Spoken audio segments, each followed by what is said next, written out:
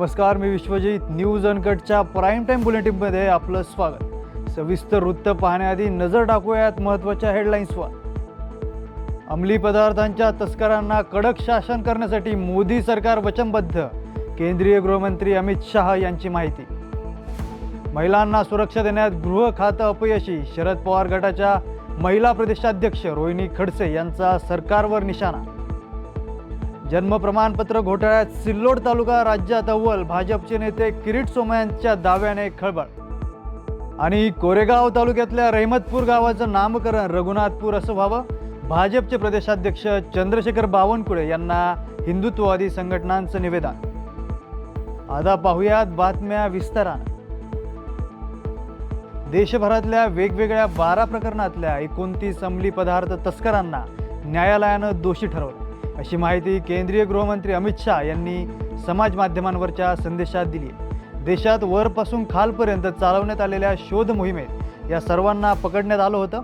अंमली पदार्थांच्या सेवनामुळे देशातल्या युवकांचं आयुष्य खराब होत असल्यानं अंमली पदार्थांच्या तस्करांना कडक शासन करण्यासाठी मोदी सरकार वचनबद्ध असल्याचं शाह यांनी म्हटलंय. महाराष्ट्रातील महिलांच्या सुरक्षिततेचा प्रश्न पुन्हा ऐरणीवर आल्याचं आपल्याला बघायला मिळत आहे. महिलांना सुरक्षा देण्यात गृह खातं अपयशी ठरलंय असं वक्तव्य करत शरद पवार गटाच्या महिला प्रदेशाध्यक्ष रोहिणी खडसे यांनी सरकारवर निशाणा साधलाय. 2 दिवसापूर्वी केंद्रीय राज्यमंत्री रक्षा खडसे यांच्या कन्येबरोबर छेडखानीचा प्रकार घडला होता. गुन्हा नोंदवून सुद्धा या टवाळखोरांवर साधी कारवाई देखील करण्यात आली नाही, असं म्हणत महिलांना न्याय कसा मिळणार असा सवाल त्यांनी उपस्थित केलाय. आज कुठेतरी महिलांना सुरक्षा देण्यासाठी गृह खातं हे अपयशी ठरलेलं आहे.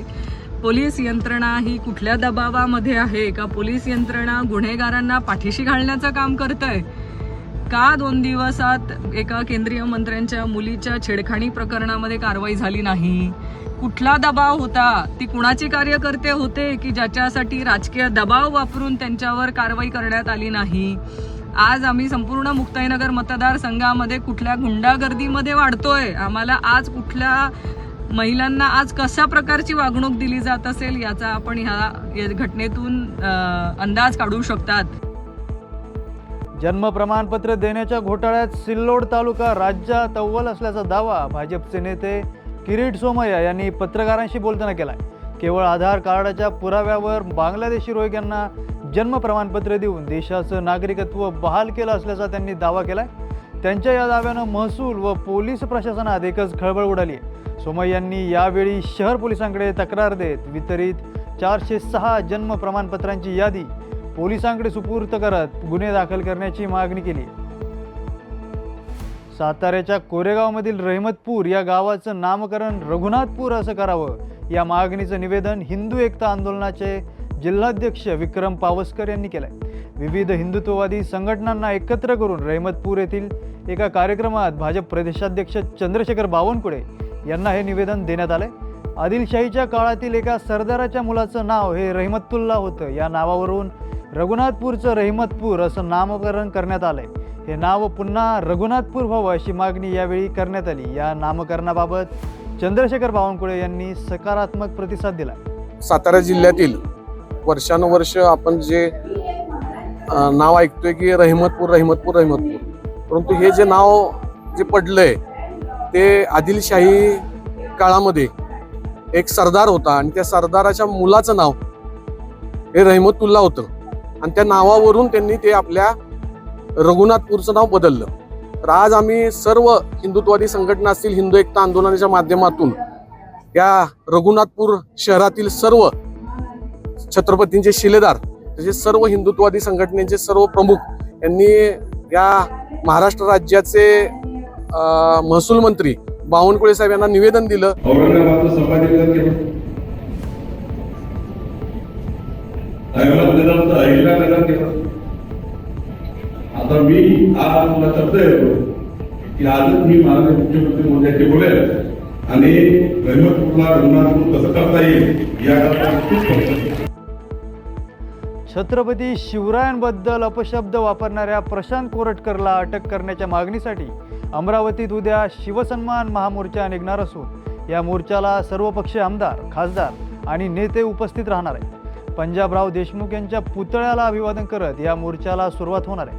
प्रशांत कोरटकरवर देशद्रोहाचा खटला दाखल करून त्याची संपत्तीची चौकशी करा अशी मागणी यावेळी करण्यात येणार आहे। या मोर्चात जास्तीत जास्त लोकांनी सहभागी व्हावं असं आवाहन माजी आमदार यशोमती ठाकूर यांनी केलंय।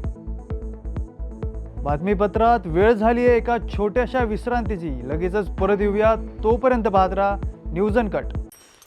ऐतिहासिक वारसा लाभलेला मराठ मुलूक महाराष्ट्र। या महाराष्ट्राला विविध रंगी छटा आहेत। साहित्य, कला, पर्यटन, नृत्य, भाषा, संत परंपरा अशा विविधतेने तो नटलेला आहे।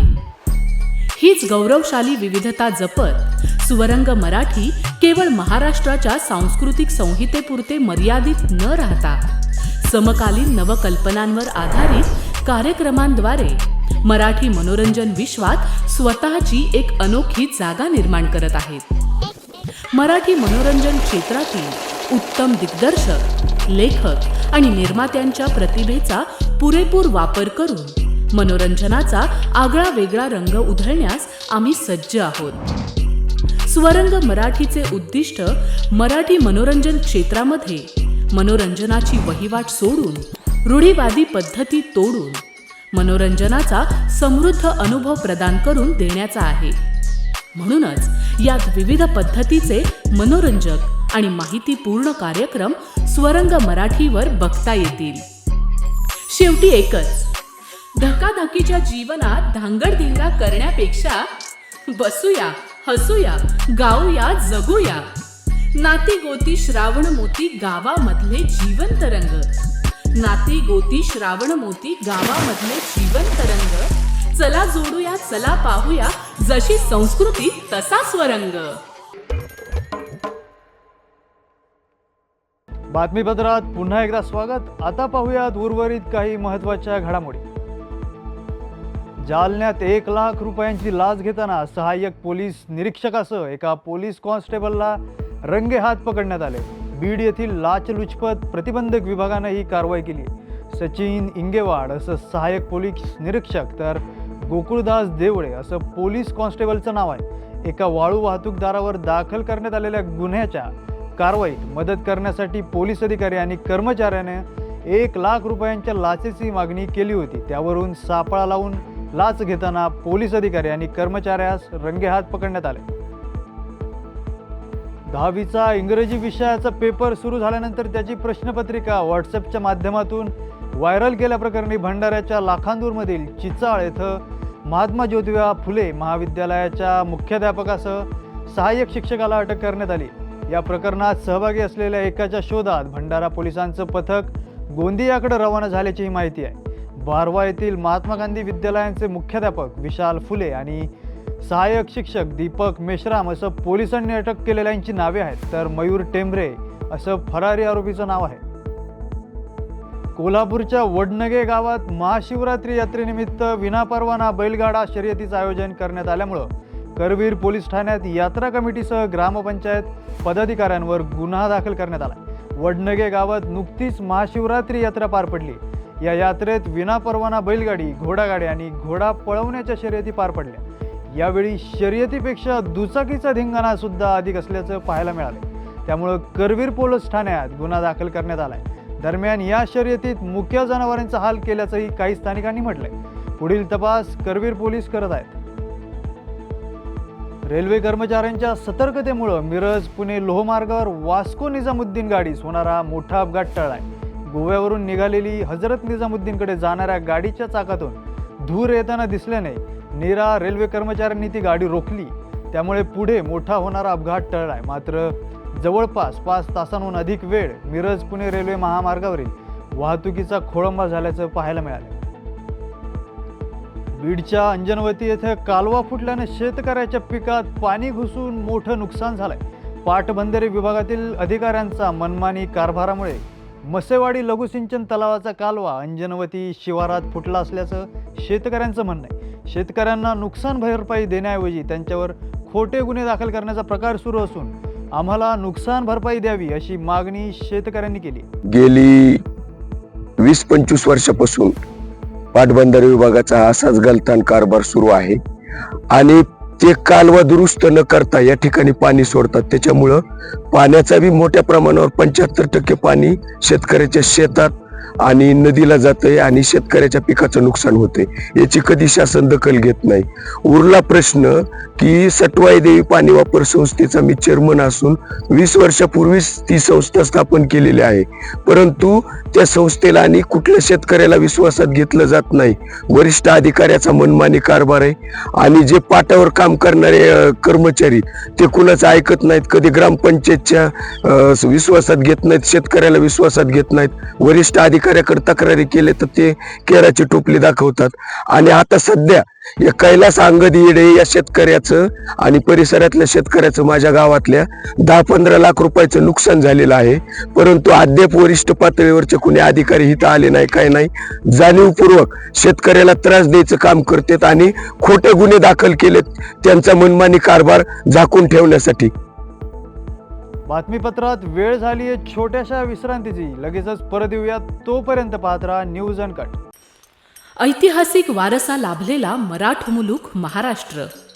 या महाराष्ट्राला विविध रंगी छटा आहेत. साहित्य, कला, पर्यटन, नृत्य, भाषा, संत परंपरा अशा विविधतेने तो नटलेला आहे. हीच गौरवशाली विविधता जपत स्वरंग मराठी केवळ महाराष्ट्राच्या सांस्कृतिक संहितेपुरते मर्यादित न राहता समकालीन नवकल्पनांवर आधारित कार्यक्रमांद्वारे मराठी मनोरंजन विश्वात स्वतःची एक अनोखी जागा निर्माण करत आहेत. मराठी मनोरंजन क्षेत्रातील उत्तम दिग्दर्शक, लेखक आणि निर्मात्यांच्या प्रतिभेचा पुरेपूर वापर करून मनोरंजनाचा आगळा वेगळा रंग उधळण्यास आम्ही सज्ज आहोत. स्वरंग मराठीचे उद्दिष्ट मराठी मनोरंजन क्षेत्रामध्ये मनोरंजनाची वहिवाट सोडून, रूढीवादी पद्धती तोडून मनोरंजनाचा समृद्ध अनुभव प्रदान करून देण्याचा आहे. म्हणूनच यात विविध पद्धतीचे मनोरंजक आणि माहितीपूर्ण कार्यक्रम स्वरंग मराठीवर बघता येतील. शेवटी एकच, धकाधकीच्या जीवनात धांगडधिंगा करण्यापेक्षा बसूया, हसूया, गाऊया, जगूया. नाती गोती श्रावण मोती गावामधले जिवंत रंग. नाती गोती श्रावण मोती गावामधले जिवंत रंग. चला जोडूया, चला पाहूया, जशी संस्कृती तसा स्वरंग. बातमीपत्रात पुन्हा एकदा स्वागत. आता पाहूयात उर्वरित काही महत्त्वाच्या घडामोडी. छत्रपती संभाजीनगरच्या सोय गावातील गोंदेगाव येथील गव्हाच्या गंजीला आग लागल्याने 3 एकरावरील गहू भस्मसात झालाय. या आगीत केळीच्या पिकाचंही मोठं नुकसान झालंय. अज्ञात व्यक्तीनं ही आग लावल्याचा संशय व्यक्त केला जातोय. जवळपास 40 ते 45 क्विंटल गव्हाचं नुकसान झालं असल्याची माहिती शेतकरी अनुप महालपुरे यांनी दिली.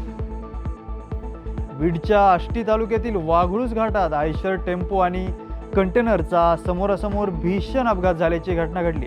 आज सकाळी 8 वाजता हा अपघात झाला.